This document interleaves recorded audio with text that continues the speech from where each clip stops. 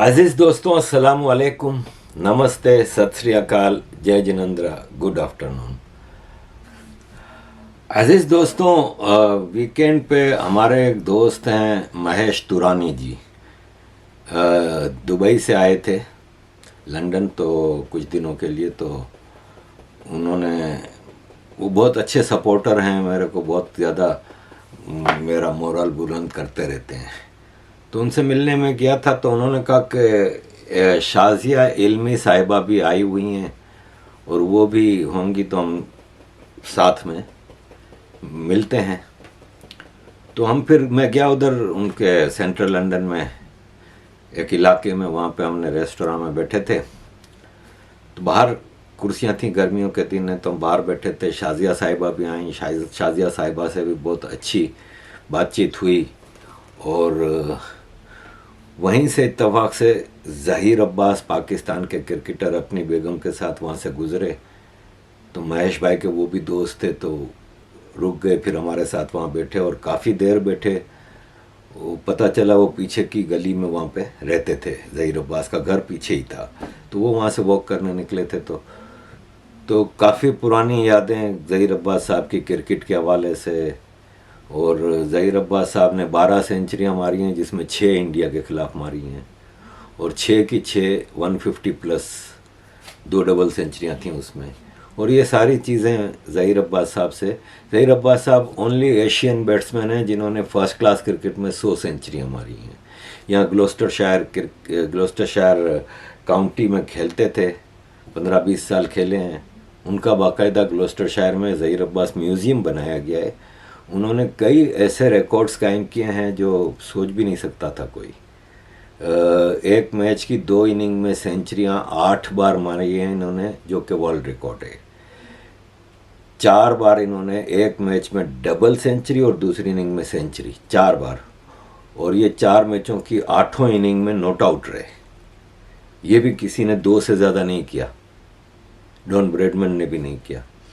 तो इस तरह के ज़हीर अब्बास के कई रिकॉर्ड हैं। फर्स्ट क्लास क्रिकेट में भी इन्होंने 7 सेंचुरियाँ उस ज़माने में बना ली थी जब 1 सेंचुरी बनानी मुश्किल होती थी, वगैरह वगैरह। खैर, बहुत अच्छी इवनिंग रही। शाजिया साहिबा से भी बहुत ज़्यादा प्यार से बात हुई। इसके अलावा कुछ और भी उनके दोस्त उधर आए थे और हमने एक अच्छी इवनिंग गुजारी। अजीज़ दोस्तों, आज की वीडियो का मेन टॉपिक सऊदी अरब है, अरब स्प्रिंग है। सऊदी अरब के चेंज ऑफ डिप्लोमेटिक रिलेशनशिप्स और change of many things, Iran से एग्रीमेंट, सऊदीया इज़राइल का क्या, ये सब पे आने से पहले मैं ज़रा पख्तून अफ़गानिस्तान के ऊपर कुछ मिनट्स में आपको एक चीज़ बताना चाह रहा हूँ। ये पाकिस्तान आई थी अफ़गान रेफ्यूजी हसीबा नूरी, ये सिंगर थी। तो जब तालिबान की सरकार आई ना, तो ये अफ़गानिस्तान से भाग के पाकिस्तान आ गई। इस बेचारी को इस्लामिक एक्सट्रीमिस्टों ने गोली मार के हलाक कर दिया। इस हद तक यहाँ मुल्ला ने और आर्मी ने आम आदमी का दिमाग जकड़ दिया है। हर दूसरा आदमी दाढ़ी वाला हो गया है। दाढ़ी तो कोहली की भी है, रोहित शर्मा की भी है, लेकिन मैं उस दाढ़ी की बात कर रहा हूँ जो इस्लामिक है। और इनका दिमाग बिल्कुल गोबर से भर दिया है, टट्टियाँ भरी हुई हैं इनके दिमागों में। ये इस्लामाबाद में मैन चौराहे पे लगा हुआ बैनर चीख चीख के कह रहा है कि कुरान की बेहुरमती की एक ही सज़ा, सर तन से जुदा, सर तन से जुदा। ये किसी माशरे में ऐसा होता है? मतलब पुलिस गिरफ्तार करे, अदालत सजा दे, समझ में आता है। ये तो आम आदमी को यानी मेरे जैसा आदमी पाकिस्तान में होता तो पता नहीं 50 बार मेरा सर तन से जुदा हो चुका होता, क्योंकि वहाँ पे आम आदमी को ये अथॉरिटी दी हुई है। आए दिन हम लिंचिंग देखते हैं, मार देते हैं, कर देते हैं। और अजीज़ दोस्तों, हमें पाकिस्तानियों को आर्मी और मुल्ला कहते हैं। ये इस्लाम का किला है। पाकिस्तान इस्लाम का किला है, पूरी दुनिया के मुसलमानों का किला है। अब ये कैसा किला है कि इसकी बुनियादों में चाइना, IMF, वर्ल्ड बैंक का पैसा लगा हुआ है। इस किले को तो कायम ही काफिरों का पैसा रख रहा है। काफिरों के पैसे पे तो ये कायम है। पाकिस्तान के ऊपर 135 बिलियन डॉलर का कर्जा है, तो उसमें 100 बिलियन से ज़्यादा का कर्जा काफिरों का है। तो ये कैसा इस्लाम का किला है जिसको काफिरों ने कायम रखा है। अजीज दोस्तों, अफ़गानिस्तान और पख्तूनों की बात करें तो हमारे अजीम मित्र हुसैन हक्कानी साहब, जो कि पाकिस्तान के अमेरिका में एक एक्स एम्बेसडर थे, उन्होंने अभी एक पॉडकास्ट में ये बताया है कि अंग्रेज़ों की पॉलिसी थी डिवाइड एंड रूल, और उसी डिवाइड एंड रूल को कायम रखने के लिए पख्तूनों से इनको डर रहता था।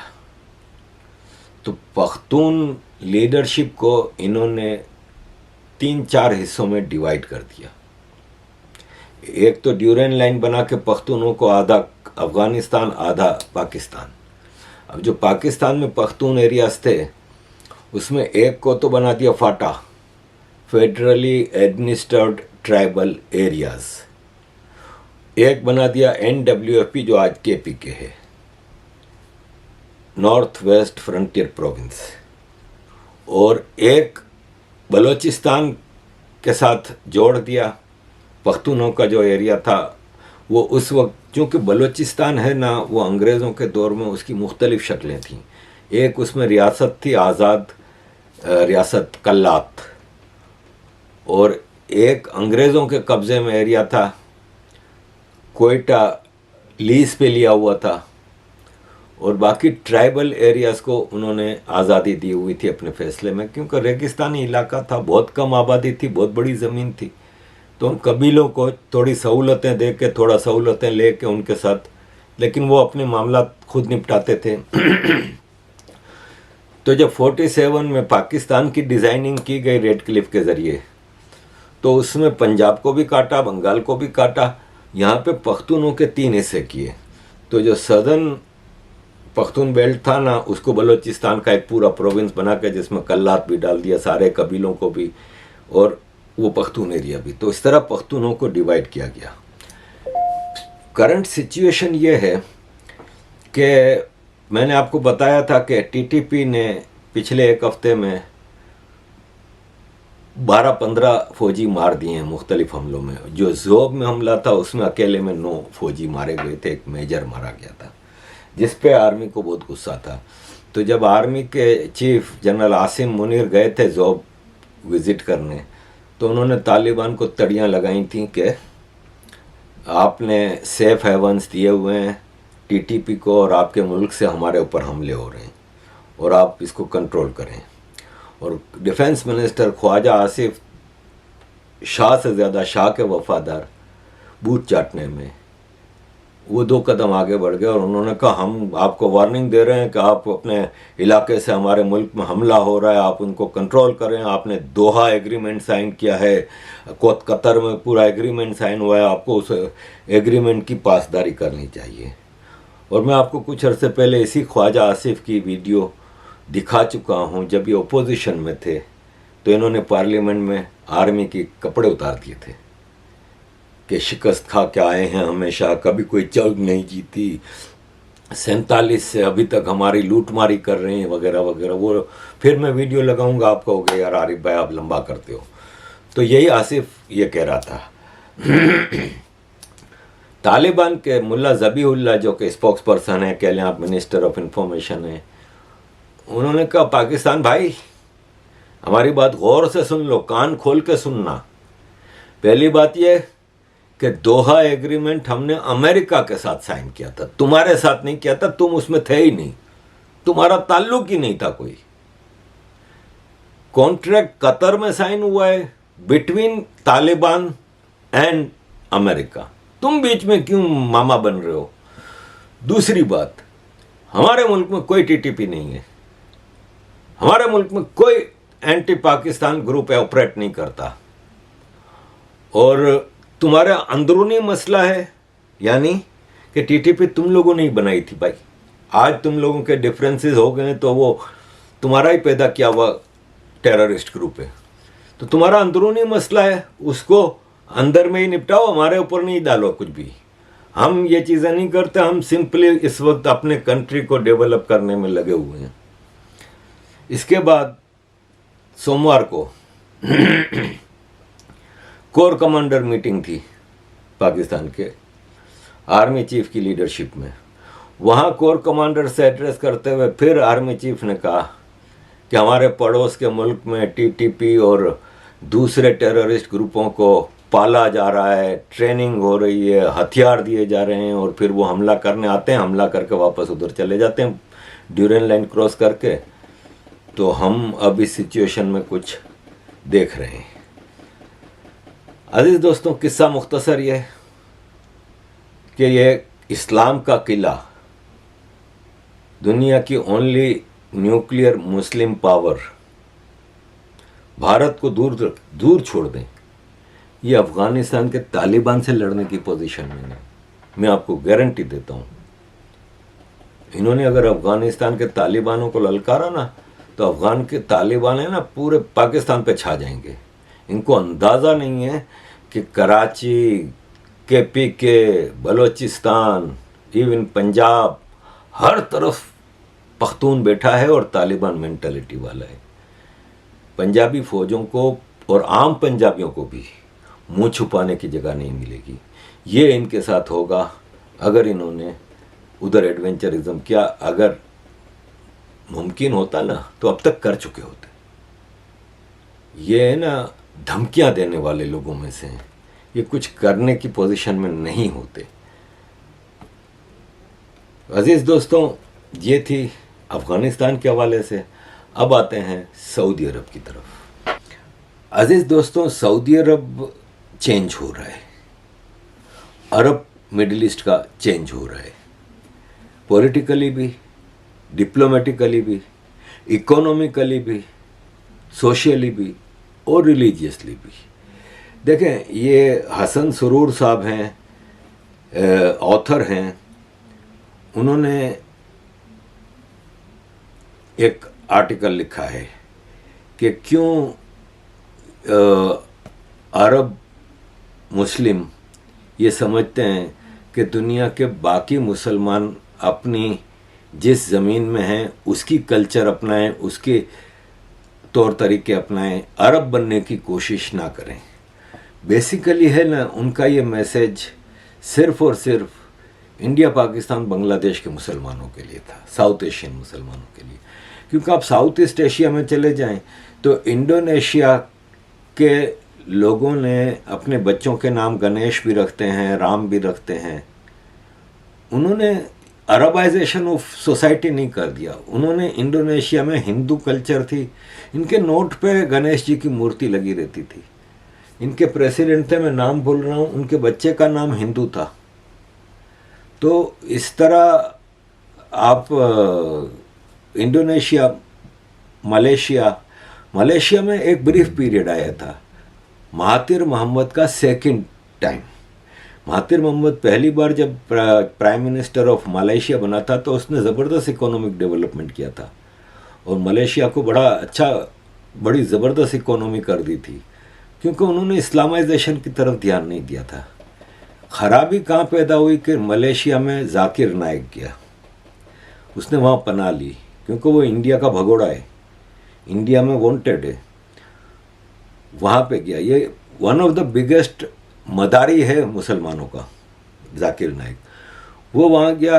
दूसरा, उस ज़माने में इमरान खान पाकिस्तान का प्राइम मिनिस्टर बना, वो इस एक और मदारी जिसका इस्लाम से कोई ताल्लुक़ नहीं, इस्लाम को यूज़ करता था। और तीसरा ही हमारा अरब खान, जो बगैर दाढ़ी का सबसे बड़ा मुल्ला है, वो भी इस्लाम को एक्सप्लॉइट करता है। ये मैं आपको बता दूं, अल-कुद्स, फ़लस्तीन, ये वो ड्रामे करता है। सबसे ज़्यादा ट्रेडिंग इनकी इसराइल के साथ है। One of the first country, I think first Muslim country to recognise Israel. लेकिन ड्रामे ऐसे करेगा अल-कुद्स और फ़लस्तीन और फलान और ढुमकान जब ये पूरा नेक्सस ने महातिर मोहम्मद को घेरा ना, तो वो इकोनॉमी वो भूल के इस्लाम की तरफ आ गया, और ये वर्ल्ड मुस्लिम काउंसिल भी बनाने वाले थे। वरना मलेशिया में भी आपको एक्सट्रीमिज़म नहीं मिलेगा, आपको अरबाइजेशन नहीं मिलेगा, अपने लोकल कपड़े पहनेंगे, अरबी जुब्बों में नहीं जाएंगे। यहाँ पे जितने बंगाली इंडिया और पाकिस्तान के मुसलमान बच्चे हैं, शाम को मदरसे जा रहे होते हैं लंदन में, अरबी जुब्बे में पहन के जा रहे हैं। अबाया, हिजाब, मतलब वो मुंह ढांपने वाला, वो सब आपको मलेशिया में नहीं मिलेंगे। ये वो हिजाब पहनती हैं मुसलमान औरतें, वो उनकी लोकल कल्चर भी है। आपको पता है वो लंबी लंबी टोपियाँ, और वहाँ के मौसम के हिसाब से, इस हिसाब से, लेकिन वहाँ पे आपको बुरके वाली बीमारी ना होने के बराबर मिलेगी। इसी तरह दूसरा मुस्लिम है यूरोपियन, बोस्निया, अल्बानिया, ये भी अरबाइजेशन से दूर हैं। फिर है तुर्की, वो भी अरबाइजेशन से दूर है। फिर आप चले जाएं सेंट्रल एशिया, वहाँ पे भी ज़्यादातर लोकल इनकी कल्चरल वैल्यूज़ हैं, लोकल सिस्टम हैं, वो सब उन्होंने अडोप्ट किया हुआ है।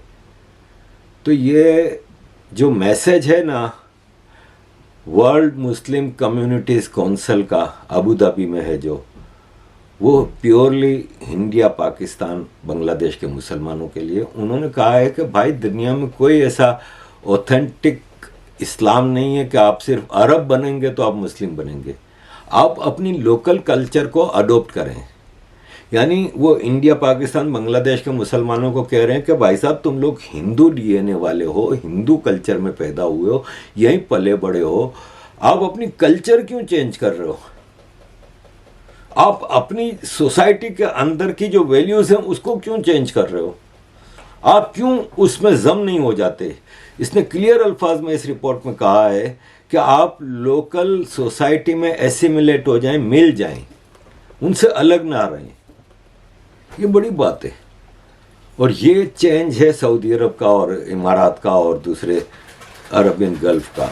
देखें ना, ये अभी आए थे सऊदी अरब, अबू धाबी से मिलने के लिए, तो इन्होंने, आप ये देखें कि औरतों से भी मिले, प्राइम मिनिस्टर से भी मिले, his excellency Sheikh doctor Mohammad Al Issa, secretary general Muslim World League, chairman organisation of Muslim scholars, वो औरतों से भी मिले, वो मंदिरों में भी गए। आप तसव्वुर कर सकते हैं कि कोई पाकिस्तान का मौलवी तारिक जमील टाइप का ड्रामा, टोपी ड्रामा साला, वो इंडिया के दौरे पे आएगा तो मंदिरों में जाएगा? तसव्वुर कर सकते हैं आप? यहां तो साला इमाम बुखारी जो है आपका जामा मस्जिद का इंपोर्टेड इन्वेडर की औलाद, सेंट्रल एशियन डीएनए वाला, वो कभी मंदिर नहीं जाता। ये अरब जाते हैं। अबू धाबी में इतना बड़ा मंदिर बन रहा है। अभी मोदी जी पिछले हफ्ते गए थे, उसका विजिट किया साइट का। मोदी जी अबू धाबी गए, लोकल करेंसी में उनके साथ डील हो रही है, एग्रीमेंट हो गया कि अब लोकल करेंसीज में ट्रेडिंग करेंगे। बड़ी बात है भाई, डी डॉलराइजेशन की तरफ जा रहे हैं। आईआईटी दिल्ली का कैंपस खोल रहे हैं अबू धाबी में। कई और कोऑपरेशन के एग्रीमेंट्स हुए साइन उधर।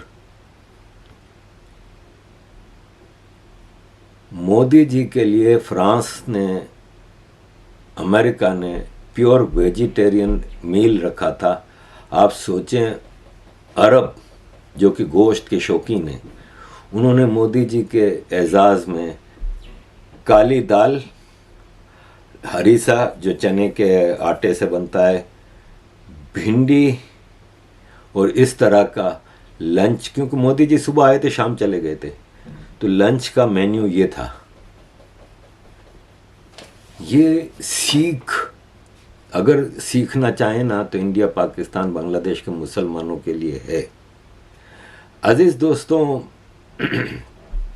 मोहम्मद बिन सलमान रिवॉल्यूशन ला रहे हैं। आप लोग कहते हो, कहोगे कि यार इतना सऊदी अरब में ह्यूमन राइट्स का इशू है, आप उसको हीरो मानते हो। मैं उसको हीरो मानता हूँ भाई। मैं तो समझता हूँ कि एक रिवॉल्यूशनरी लीडर आया है जो नक्शा चेंज कर रहा है इस्लाम का भी। भाई इस्लाम के बारे में तो इसने काफ़ी चीज़ें कर दी ना। 2 पिलर थे, कुरान और हदीस, हदीस को निकाल दिया। पर्दा ख़त्म, औरतें ड्राइव करें बगैर कफील के, बगैर महरम के बाहर जाएं, सफ़र करें, औरतें जॉब करें, स्पेस में चली गई सऊदी औरतें। लाउड स्पीकर मस्जिद में अलाउड नहीं, मस्जिद नमाज के फ़ौरन बाद बंद हो जाए। कितने स्टेप्स हैं। तबलीगी जमात पे पाबंदी। यही चीज़ें करनी चाहिए इंडिया, पाकिस्तान, बांग्लादेश के मुसलमानों को। लेकिन ये एक नया इस्लाम लेके आए हैं। और ये सऊदियों को और मिडिल ईस्ट के, गल्फ़ के जो अरब हैं, वो इसलिए तंग आ गए कि भाई साहब तुम हमसे बड़े मुसलमान बनते हो, तुम्हारा तो इस्लाम से ताल्लुक ही कोई नहीं बेसिकली, तुम लोग तो पता नहीं किस किस्म का इस्लाम लेके आ गए हो। तो ये सारी चीज़ें हैं। देखें, हसन सरूर साहब ने इस रिपोर्ट में यह भी लिखा है कि वो जो वर्ल्ड मुस्लिम कम्युनिटीज़ काउंसिल ने जो अभी एक पूरा वो लिखा है जो आर्टिकल, उसमें यह भी कहा है कि इंडिया का मुसलमान टेररिज्म से दूर भागता है। और वाकई हकीकत बात है कि आप अगर ब्रॉड टेररिज्म को देखें जो पाकिस्तानी करते हैं, बम बांध के जाना, ये वो बहुत कम है। अब IS के लिए कुछ केरला से लोग चले गए, कुछ इधर उधर से चले गए, कंपेयरिंग टू पाकिस्तान, अफगानिस्तान वगैरह से बहुत कम है। तो ये फ़र्क है, हमें इस इलाके के मुसलमानों को ये चीज़ें अडोप्ट करनी होंगी। दूसरी चीज़, मोहम्मद बिन सलमान की चेंज ऑफ पॉलिसी में ये आया कि देखें, ये बाहर वहाँ वेस्ट से पढ़ के आया, वो वहाँ की चीज़ों को समझ के आया, सोच समझ रखता था। उसने कहा कि यार ये हमें बेवकूफ़ बना रहे हैं। जैसे लैरी किंग है, CNN का एक एंकर था, लैरी किंग लाइव कितने सालों तक, कितने डेकेड्स तक चलता रहा था। इसने कज़ाफ़ी का इंटरव्यू किया था एक बार, तो कज़ाफ़ी ने इसको जवाब में कहा किसी चीज़ के कि टेररिस्ट जिन्होंने न्यूयॉर्क में हमला किया था 9/11 पे, वो अफ़गानी नहीं थे। और वो प्लेन जो टकराए थे बिल्डिंगों से, वो प्लेन भी ना इराक से उड़े थे ना अफ़गानिस्तान से उड़े थे, वो JFK एयरपोर्ट न्यूयॉर्क से उड़े थे। ये सारा काम अमेरिका के अंदर हुआ है। ये अमेरिका में ट्रेन हुए थे, इनकी पायलट ट्रेनिंग भी अमेरिका में हुई थी। वहाँ पे लैरी किंग ने कहा okay we will be right back, time for break. ये फ्रीडम ऑफ स्पीच है अमेरिका की। और सबको पता है कि कद्दाफी को क्यों मारा था। वो यूनाइटेड स्टेट ऑफ अफ्रीका बनाने में लगा हुआ था कि सारा ख़जाना यहाँ से वेस्ट लूट के जा रहा है, चाइना लूट के जा रहा है, हम अपनी करेंसी बनाएंगे, गोल्ड करेंसी, और हम अपना हिसाब किताब करेंगे। और कई चीज़ें थीं। लीबिया का सोशल सिस्टम चैलेंज कर रहा था, इनके हाथ नहीं आ रहा था। दूसरा ये देखें, ये लड़की है ज़ौवा यासिर अरफात की बेटी। 800 मिलियन नहीं भाई, हाँ 800 मिलियन की जायदाद की मालिक है। अब आई डोंट नो ये कितना सच है कि नहीं, लेकिन मुझे इसके बारे में ये तो पता चला है कि ये बहुत अमीर है, जो कि पूरी दुनिया से यासिर अरफात लूटता था कि फ़लस्तीनियों की मदद के लिए। ये वो पैसा है। कहते हैं कि लंदन की एक पूरी गली की मालिक है ये प्रॉपर्टीज़ में। ये पेरिस के एक महंगे तरीन इलाके में बंगलों में रह रही है। ये 4 ज़बानें बोलती है, लेकिन इसको अरबिक नहीं आती।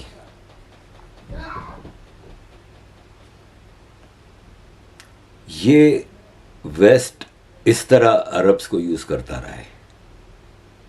पूरे वेस्ट में मस्जिदें, मदरसे बनाई, पूरे पाकिस्तान में, अफ़गानिस्तान में मदरसों की चेन बनाई सऊदी पैसे से।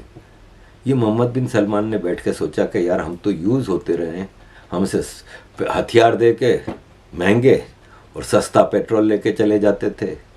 इसने कन्नी काटी। अब मैं आपको पहले डिटेल में इसकी बता चुका हूँ कि किस तरह इसने चाइना के साथ एग्रीमेंट्स किए हैं, किस तरह रशिया के साथ एग्रीमेंट किए हैं, किस तरह वो एक अलग रास्ते पे जा रहा है। सऊदी अरब की इकोनॉमी काफ़ी स्ट्रॉन्ग हो रही है, तो ये G7 की मेंबरशिप नहीं मांग रहा, ब्रिक्स की मेंबरशिप मांग रहा है, जिसमें कोई वेस्टर्न कंट्रीज़ नहीं है। जिसमें इंडिया है, चाइना है, रशिया है, साउथ अफ्रीका है, ब्राज़ील है। तो टोटली चेंज सऊदी अरब के अमेरिका के ऑर्डर पे ओपेक चलता था। OPEC is oil producing and exporting countries committee. वो ओपेक अमेरिका के ऑर्डर्स पे प्रोडक्शन बढ़ाता था, घटाता था, प्राइसेस बढ़ाता था, घटाता था। उसका सबसे बड़ा कंट्री सऊदी अरब है ओपेक का। अब सऊदी अरब ने यूक्रेन वार के दौरान अमेरिका ने कहा कि प्रोडक्शन बढ़ाओ ताकि भाव कम आए। उसने काम नहीं बढ़ाएंगे, उसने उल्टा प्रोडक्शन कम कर दी, पेट्रोल का भाव और बढ़ गया। वेस्ट को इसका बड़ा फर्क पड़ा। Already Russian petrol, Russian gas का मामला इनका ख़राब हो गया था, वेस्ट का, ख़ास तौर पे यूरोप का। तो सऊदी अरब एक तरह से बगावत पे आ गया। दूसरा, सऊदी अरब टोटली अमेरिकन हथियारों पे डिपेंड करता था। अब चाइनीज़ हथियारों की काफ़ी डील हुई है। तो अरब वर्ल्ड इज़ चेंजिंग, और सुधरना है तो अब इधर के मुसलमानों को सुधरना है। तो अजीज़ दोस्तों, ये मेरी रिपोर्ट थी। एंड पे मैं ये बता दूं कि तैयब अरदगान की तुर्की की इकोनॉमी तबाह हो गई है। लीरा कई गुना प्राइसेस खो चुका है तैयब अरदगान के 20 सालों में। और तुर्की आज से 20 साल पहले वाला तुर्की रहा ही नहीं है। इस्लामाइज्ड हो गया है, एक्सट्रीमिस्ट हो गया है, गरीब हो गया है, इन्फ्लेशन बढ़ गया है, इकोनॉमी तबाह है। इसमें इसने मोहम्मद बिन सलमान से पंगा लिया था, वो खशोगी वाले मामले पे, जो इस्तांबुल में सऊदी कॉन्सुलेट में मारा गया था, जमाल खशोगी जर्नलिस्ट। और उस पर इसने कहा था कि एक ज़माना था कि हमारा यानी ओटोमन एम्पायर का कब्ज़ा था सऊदी अरब में, और वो वक्त वापस आ सकता है। ये इसने अपनी पार्लियामेंट में एक स्पीच की थी। मोहम्मद बिन सलमान ने ऐसा इसको रगड़ा दिया ना कि अभी आगे पीछे फिरता है। अब ये गया है सऊदी अरब और जद्दा में मुलाकात कर रहा है किंग सलमान से और मोहम्मद बिन सलमान से। वो एक ही पर्पस के लिए गया है जो पाकिस्तानी प्राइम मिनिस्टर जाता है। अगर गूगल की रेटिंग हो तो दुनिया का सबसे बड़ा भिखारी मुल्क पाकिस्तान है, तो नंबर 2 पे अब तुर्की हो गया है। ये तैयब अरदगान भी सब जगह पैसे मांगने जाता है। तो ये गया है सऊदी अरब पैसे मांगने, वहाँ से ये जाएगा इमारात और इमारात से जाएगा कतर, क्योंकि कतर से इसके ताल्लुकात ज़्यादा अच्छे हैं। अब ये इनसे भीख मांगने गया है कि इन्वेस्टमेंट करो हमारे मुल्क में, हमारी इकोनॉमी को सहारा दो, ये वो। तो ज़्यादा इस्लामाइजेशन है ना, वो आपको तबाह बर्बाद कर देता है। रखो इस्लाम को अपने घर तक रखो, मस्जिद नमाज पढ़ने तक रखो, आफाकी सोच ख़त्म करो। सऊदी अरब ये कर रहा है, दुबई ने ये किया। दुबई के पास क्या है? दुबई के पास सऊदी अरब की तरह का पेट्रोल थोड़ी है। दुबई ने अपनी इकोनॉमी को डेवलप किया और इसके पहले इसने पूरा सिस्टम चेंज कर दिया। कोई इस्लामिक वो नहीं हिसाब किताब पाई, कानून को सख्त किया। अभी हमारे एक टीवी एंकर हैं, वो अपने प्रोग्राम में कह रहे थे कि दुबई का ट्रैफिक सिग्नल पाकिस्तान के कॉन्स्टिट्यूशन से ज़्यादा स्ट्रॉन्ग है। वहाँ किसी की मजाल नहीं कि ट्रैफिक सिग्नल तोड़े। पाकिस्तान का कॉन्स्टिट्यूशन रोज तोड़ा जाता है, मोड़ा जाता है।